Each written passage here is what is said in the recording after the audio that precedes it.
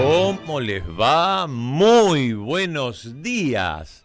Vamos a compartir un informe que nos va a detallar por qué los argentinos estuvimos casi siempre endeudados.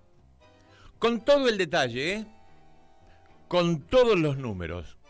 Esto sirve para la mesa de discusión, cuando te reunís con amigos, compañeras, los parientes, en algún cumpleaños, en Navidad y Año Nuevo. Acá van los datos de la deuda externa desde que nos conformamos como país hasta ahora.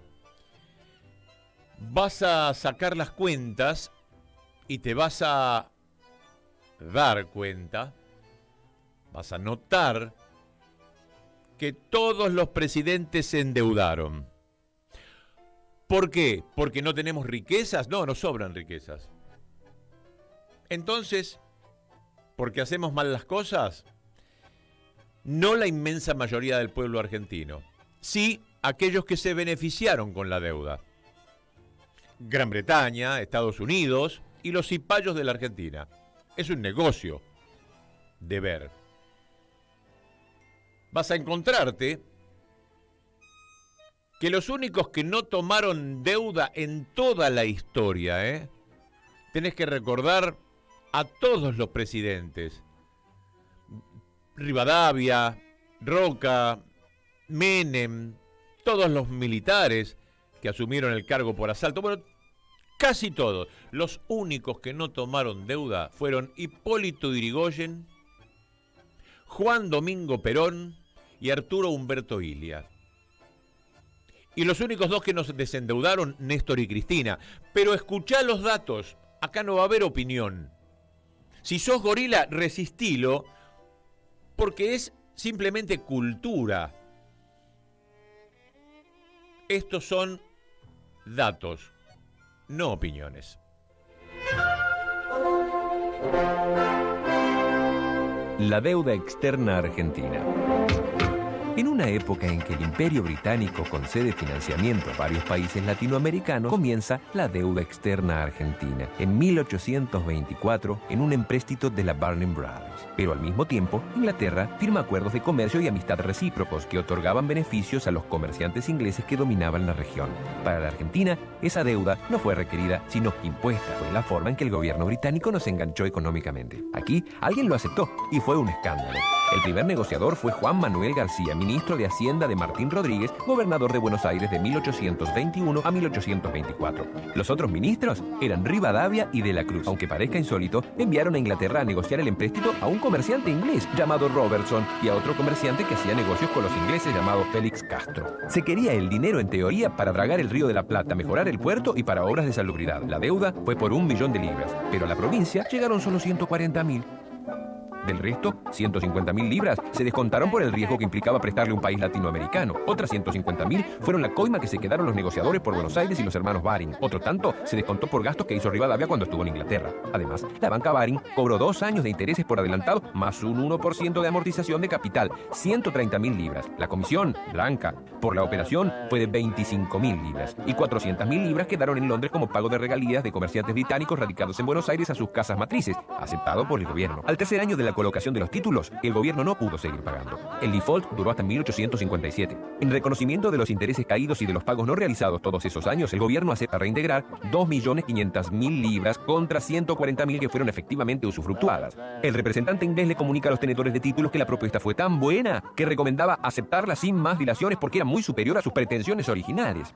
Con Bartolomé Mitre, en 1862, la deuda da otro salto. Primero, transfiere los compromisos de la provincia de Buenos Aires a la nación, legitimando lo actuado anteriormente. Después, acuerda otro empréstito con la banca inglesa por 2.500.000 libras adicionales para lanzarse a la guerra con el Paraguay. Pero nuevamente, de los 2.500.000 libras asumidas como deuda, el país recibe solo 1.900.000 debido a los descuentos por el riesgo país y las comisiones. Sarmiento, que sigue a Mitre, también se endeuda para continuar la guerra y para armar fuerzas militares para reprimir el levantamiento de Entre Ríos. Posiblemente Sarmiento también haya utilizado parte del dinero para construir escuelas. Al final del gobierno de Sarmiento, la deuda ya alcanzaba 14.500.000 200.000 libras esterlinas. Tomar deuda para pagar deuda es otra conducta que se repite a lo largo de la historia, con intereses y condiciones cada vez más perjudiciales para el país. En 1890, el gobierno ultraliberal de Juárez Celman no puede cubrir más los compromisos generados con la banca Baring, por más que quisiera. Carlos Pellegrini, sucesor del depuesto Juárez Celman, termina renegociando la deuda, para lo que consigue que un grupo de empresarios locales financien al Estado. Los compromisos, igualmente, son muy pesados. Al final del gobierno de Sáenz Peña, la deuda ya está en 78 millones, nivel que se mantiene durante el gestión de Roca, quien incorpora a Francia como prestamista. En cambio, se desboca con una administración que también el ultraliberal Manuel Quintana hace ascender 120 millones de libras. Con Irigoyen se detiene el ascenso. Lo mismo ocurre con Perón, Ilia y Cámpora. En su primer gobierno, Irigoyen disminuye la deuda a 100 millones de libras. Alvear le devuelve el poder con obligaciones por 142 millones y él vuelve a achicarlas a 135 millones. La primera vez se vio ayudado por el freno a las importaciones por la Primera Guerra Mundial, y lo mismo ocurre con Perón en la Segunda Guerra. Con Perón es el único momento en que se llega a deuda cero, cuando cancela los últimos 264 millones, en ese caso de dólares. Perón tenía una deuda comercial flotante de unos 700 millones de dólares, pero el que la transforma en deuda financiera no es él, sino Aramburu y Krieger Bacena en 1957. Fuentes peronistas dicen que la deuda que Perón tenía en 1955 era de 57 millones de dólares. Aramburu adhiere al Fondo Monetario Internacional y Krieger Bacena asume en el Club de París como deuda financiera aquella deuda comercial flotante de 700 millones de dólares. Desde ese momento empieza a tener peso el Fondo Monetario Internacional y Estados Unidos desplaza claramente a Inglaterra como principal prestamista de la Argentina. Con Frondizi, la deuda pasa a 1.200 millones de dólares. Esta es la etapa marcada por Krieger Bacena y Álvaro Alzogaray. La deuda solo desciende durante el gobierno de Ilia. Guido le había entregado el poder con compromisos por 2.000 millones de dólares y él los achica 1.700 millones. Pero se produce el golpe. Pasan Onganía, Levingston y cuando Lanús entrega el poder, la deuda está en 3.700 millones de dólares. Krieger Bacena, después de ser funcionario, pasa a ocupar un alto cargo como ejecutivo de la multinacional alimentaria del TEC Internacional de capitales estadounidenses. Y más tarde, recae en el Fondo Monetario. Cámpora reduce la deuda a 3.400 millones de dólares. Después viene Perón y ya con Isabel la cosa se desbarranca. Cuando se produce el golpe de Estado, la deuda se ubica en 5.300 millones de dólares, pero con la dictadura se convierte en el principal problema económico del país. La deuda pasa a 30.000 millones de dólares. Se tomaban préstamos supuestamente para las empresas públicas, pero el dinero se utilizaba para sostener el aparato represivo y para la bicicleta financiera que enriqueció a unos pocos.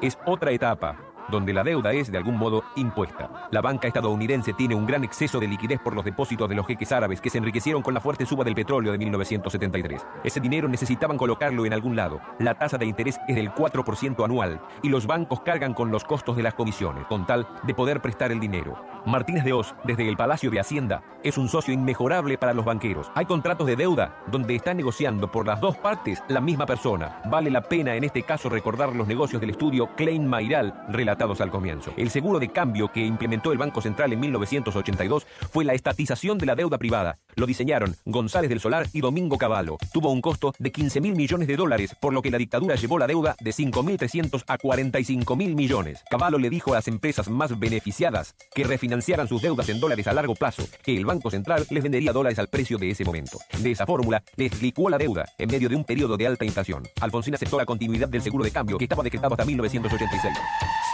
Alfonsín intentó pelear para demostrar la ilegitimidad de la deuda hasta 1985. Incluso logró rescatar las valijas con documentación que se habían llevado los hijos de Grondona y Martínez de Oz del estudio Klein Mayral. Esta información se encuentra hoy en el Congreso. Sin embargo, el gobierno radical no pudo sostener su posición. Alfonsín argumentó que su gobierno dependía mucho del apoyo de Europa y Estados Unidos. En 1988, 8 meses antes del golpe de mercado que lo derribó del poder, Alfonsín dejó de pagar los intereses de la deuda. Carlos Menem arregló las cosas a favor de los acreedores con el Plan Brady de 1992, tomando a valor nominal títulos que valían en el mercado un 18%. Alfonsín le dejó a Menem una deuda de 60.000 millones de dólares y Menem la llevó a 122.000. Además, aceptó la capitalización de bonos en la privatización de empresas públicas. Fue una pérdida enorme para el Estado que condiciona el futuro de varias generaciones. De la Rúa terminó con 132.000 millones. Ahora está en 180.000 millones. Con la última propuesta de este gobierno, la deuda externa argentina, la suya, la mía, la nuestra, la de nuestros hijos y nietos, quedaría en 140.000 millones. Extraído del reportaje a Norberto Galazo, historiador, en página 12, el 14 de junio de 2004. Bajen las armas, que aquí solo hay pibes comiendo. ¿Mejoró ahora? Bueno, cuando fue grabado esto, intervino en la producción del sonido Patricio Perazzo. La animación vino después y la hizo Radio Caput, Juan Martín Ramos Padilla. Y allí estaba yo, a gran velocidad, para contarte la historia de la deuda externa hasta 2004. ¿Qué sucede? Ya está Néstor Kirchner en el poder y sigue pagando al Fondo Monetario Internacional por una pequeña renegociación que hubo con los acreedores internacionales y el Fondo Monetario Internacional, porque Rodríguez Sá nos había dejado en default. Cuando lo declaró en el Congreso, en su corta presidencia de una semana, el aplauso fue generalizado. Pero el mundo nos dio la espalda. Hubo que renegociar todo eso y Néstor Kirchner pagó religiosamente gran cantidad de dinero a los acreedores y al Fondo Monetario Internacional, que también lo era. Pero ¿qué pasa? El viento de cola y un buen gobierno hizo que las arcas del Banco Central se llenaran de dólares y tuvo la brillante idea de renegociar con los acreedores externos y sacar un 70% del capital. Si debíamos $100, solamente debíamos 30. Y después con el Fondo Monetario, poco más de 10.000 millones de dólares. Los pagó. Nos sacamos de encima al Fondo Monetario Internacional. Si bien la deuda era espuria, era una estafa, gran parte contraída por los militares, Néstor Kirchner la pagó. No fue nada revolucionario desde el punto de vista ideológico porque pagamos. Pero ¿quién no quiere sacarse de encima al Fondo Monetario Internacional que te pone las esposas mensualmente para que bajes el déficit, para que no ayudes a la gente, para que no aumentes a los jubilados? Es por eso que tuvimos un enorme estado de bienestar. Poca deuda con los acreedores privados del exterior, los bancos, las instituciones crediticias, y nada de deuda con el Fondo Monetario Internacional. Dejó de venir un indio llamado Anup Singh, que era recibido en TN y Canal 13 como una estrella de Hollywood. Tuvimos un periodo maravilloso. Pero claro, llegó Mauricio Macri. Su ministro de Economía, Nicolás Dujovne, declaró que el bajísimo estado de deuda que tenía la Argentina y su gobierno estrafalario permitía endeudarse y permitía mostrarse al exterior como país serio. Y allí, la política internacional, Donald Trump, para que Macri siguiese en la presidencia en las elecciones que se le avecinaban para revalidar su título, hizo que el fondo pusiera más de 50.000 millones de dólares. La Auditoría General de la República terminó de hacer un estudio exhaustivo sobre la deuda que tomó Mauricio Macri. Y fue publicado el otro día, y también en la cuenta de Cristina Fernández de Kirchner, para darnos cuenta del cáncer que tiene este país con semejante empréstito. Da mucha pena, pero vale la pena también tomar nota. Por primera vez en 30 años y desde su creación, la Auditoría General de la Nación realizó un informe sobre un préstamo del Fondo Monetario Internacional. Este se originó en un acuerdo stand-by firmado en junio del 2018 por un monto de casi 57.000 millones de dólares. El mismo fue modificado en octubre de ese año, permitiendo aplicar los fondos del préstamo a gastos presupuestarios en general. El acuerdo fue firmado por el ministro de Hacienda y el presidente del Banco Central. Pero, ¿por qué es tan importante esta auditoría? Porque se trató de un préstamo extraordinario y excepcionalmente alto. De hecho, este fue el préstamo más grande de la historia de la Argentina y del FMI, representando 127 veces la capacidad de endeudamiento de Argentina con el fondo. Pero no solo eso. La importancia relativa del monto del préstamo respecto de la emisión de deuda y de la deuda total acrecentó su vulnerabilidad y aumentó los riesgos derivados de la estructura de la cartera de deuda argentina. Por este préstamo se pagaron comisiones y gastos al FMI por más de 13.000 millones de pesos, equivalentes por ejemplo al 52% del presupuesto del CONICET de 2018 y al 39% del mismo en 2019. ¿Qué se investigó en esta auditoría? Este informe tuvo como objetivo principal evaluar si el acuerdo stand-by se gestionó mediante procesos y procedimientos que aseguren una gestión eficiente y efectiva de la deuda.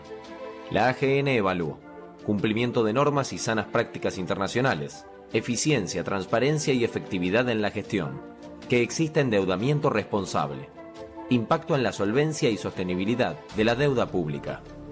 ¿Qué reveló esta auditoría? El acuerdo fue firmado por el ministro de Hacienda, quien no tenía facultades para gestionar ni autorizar la deuda pública. No se cumplió con el artículo 61 de la Ley de Administración Financiera, que exige al Banco Central que en caso de endeudamiento externo, emita un dictamen sobre el impacto de la operación en la balanza de pagos. No se cumplió con la norma que exige que los préstamos multilaterales se aprueben por decreto, ni tampoco pasó por el Congreso. No se implementó el procedimiento aplicable para la autorización, negociación, contratación, administración, control, supervisión de los préstamos. La Jefatura de Gabinete de Ministros no intervino en la etapa de negociación, autorización y suscripción del acuerdo con el FMI, a pesar de tener esa función específica. Tampoco intervinieron las áreas técnicas específicas, en especial el Ministerio de Finanzas, que debía gestionar la deuda. El acuerdo no tuvo intervención previa de la Unidad de Auditoría Interna, porque desde la división de los ministerios no existió esa área en relación con la deuda pública. No se pudo encontrar el documento definitivo del acuerdo, dado que existen múltiples versiones del texto del stand-by. El dictamen jurídico se emitió fuera de término y se basó en una norma que no estaba vigente al momento del acuerdo. Cuando se decidió solicitar el préstamo al FMI, el Ministerio de Hacienda no efectuó análisis sobre costos y riesgos financieros, ni de solvencia y sostenibilidad. El proceso de gestión no fue efectivo ni eficiente para rendir cuentas y asegurar la transparencia y el control en el uso de los fondos. Se observaron inconsistencias en los totales informados para 2018 y 2019 en relación con los montos de moneda extranjera subastados provenientes del préstamo del FMI. Casi el 30% de los desembolsos del FMI se usaron para financiar la salida de capitales financieros, en tanto el auditado informó que el 71% se usó para cancelar la deuda. Durante el periodo del acuerdo se observó una salida de capitales considerable y continua. La implementación de las medidas para evitarla fue tardía. Las condiciones relacionadas a moneda, monto y plazo del acuerdo con el FMI aumentaron el riesgo de insostenibilidad de la deuda. En el año 2018, el indicador deuda PBI se incrementó y llegó a representar 84,8% del PBI, valor superado en 2019, cuando alcanzó el 89,4%. Pero entonces, ¿la gestión del préstamo con el FMI fue eficiente y efectiva? La respuesta es no. Los procesos y procedimientos relacionados al préstamo no aseguraron la eficiencia y la efectividad en la gestión de la deuda, provocando incumplimientos legales, afectando la prudencia en la administración del endeudamiento y vulnerando la adecuada supervisión del financiamiento. El auditado tomó decisiones sin contar con la debida información en cuanto al costo y riesgo asumidos, impactando en la solvencia y sostenibilidad de la deuda pública.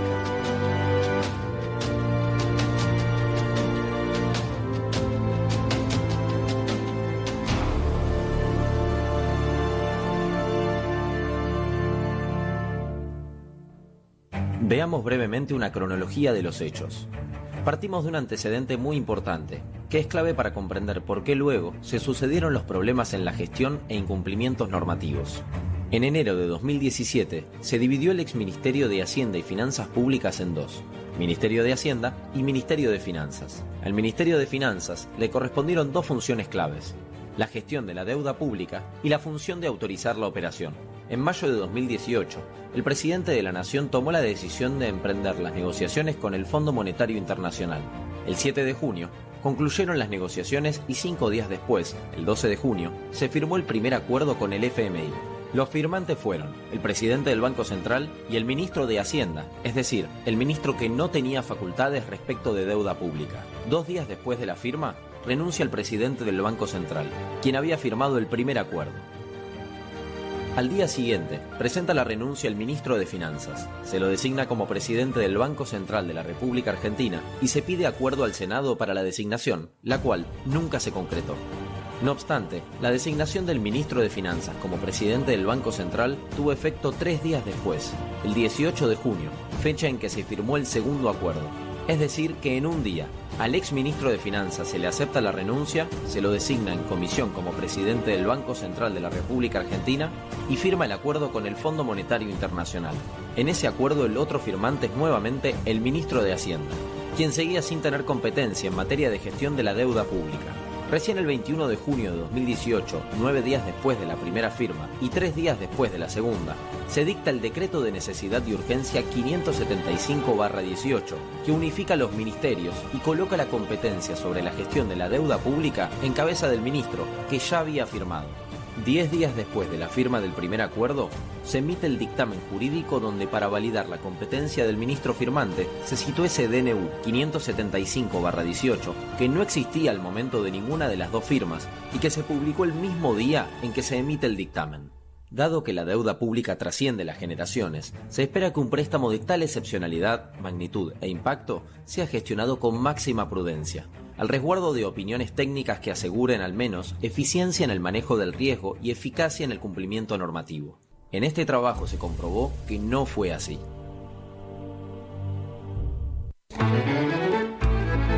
Muy bien, nos hemos dado cuenta que la deuda siempre fue sucia.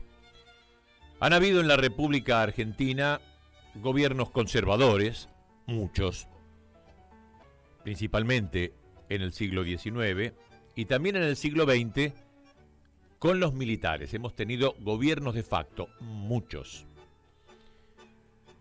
También hemos tenido radicales, peronistas y Macri. La Argentina es un país muy rico, muy rico. Por algo estamos en el G20 de las potencias más grandes del mundo, por su riqueza, por su valor, y a veces en el G7. Por eso es reconocida la Argentina como un país importante, visible y necesario. ¿Por qué estamos padeciendo deudas y deudas y deudas? Un ciudadano argentino, uno como nosotros, dejó su vida haciéndole un juicio al Estado por la impureza de la deuda hasta el 83. Ese patriota se llamó Alejandro Olmos. Intervino el juez Ballesteros, quien, después de que pasen por su despacho y por los tribunales, Domingo Cavallo, Machinea, Krieger Bacena, todos los ministros de Economía, falló a favor de Alejandro Olmos. Se comprobó que no había papeles firmados sobre aquello que reclamaban los de afuera. Pues entonces la deuda era ilegal. Muy bien.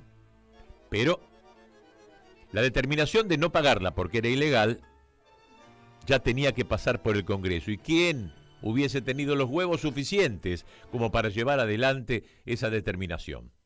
No se hizo. Pero la deuda, comprobadamente, y pasó por la justicia, fue ilegal. Ese patriota se llamó Alejandro Olmos y el juez Ballesteros. Sacado de la justicia con cajas destempladas por Mauricio Macri, lo echó al juez Ballesteros. Bien, esto nos queda como reflexión para discutirlo en la mesa del café, para pensarlo simplemente, para llevarlo en la memoria, que les quede este video, para definirse políticamente si están indefinidos, confundidos, no entendiendo qué es lo que pasa con este puto país. Las deudas que se han tomado casi siempre han sido negocios para someter a este país.